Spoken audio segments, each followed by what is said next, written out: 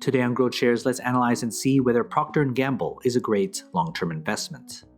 The company analysis is divided into three broad factors: the business, the stock, and the price. Furthermore, these three factors are subdivided into 14 metrics that give us the complete picture of the company. Each factor and each metric are given different weight, together adding up to 100% of the overall analysis. Each factor and each metric are then given a grade from 1 to 100, with 1 being a failed investment and 100 being extraordinary. When everything is put together, a final grade will be given, also from 1 to 100. Most companies that I'll analyze in this channel will hover around a grade of 50. Companies with a final grade of 81 or higher will be included in my Great Investments playlist.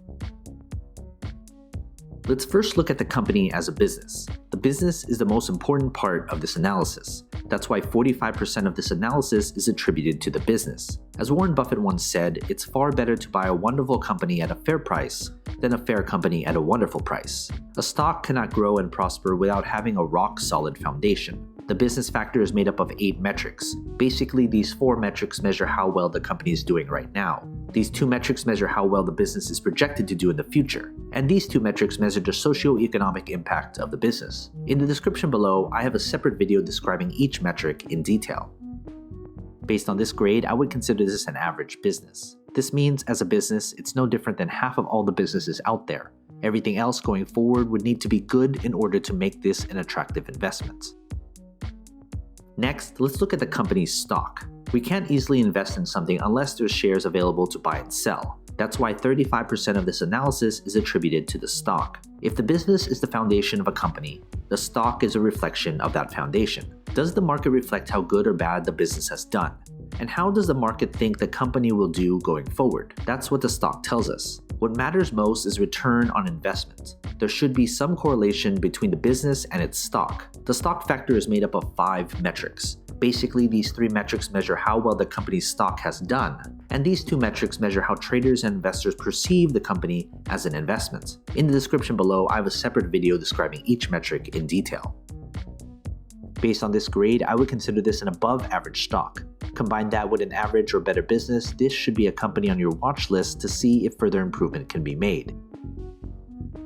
Finally, let's look at the company's price. Price is what most investors look at when deciding whether to invest in a company or not. But price per share shouldn't be the most important consideration. That's why 20% of this analysis is attributed to the company's intrinsic value. There is a reason why a company's stock is undervalued or overvalued. An undervalued stock may be undervalued because it's simply a terrible business. And the other side is true as well. The price factor is made up of only 1 metric. Basically, the intrinsic value is the price per share at which the company's fundamentals align with its true value when compared to its current stock price. Based on this grade, I would consider this price to be expensive. If you're looking solely at the price per share, this shouldn't be a company you should invest in. Now that we have everything calculated, let's figure out the company's final grade. Based on this final grade, I would consider this company a below-average investment. This company needs some work and things would need to change before it gets worse.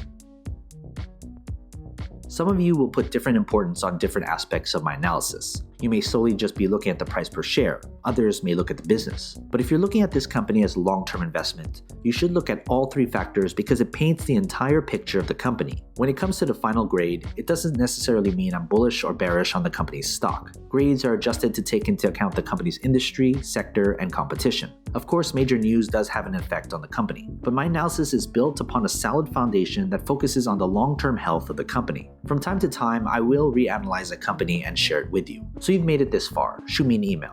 I'd love to get in touch with you and talk more. What company should I analyze next? And do you agree with this company's final grade? If you want me to analyze more companies, hit that like button, subscribe to my channel, and share this video with other investors. And as always, take care of your money.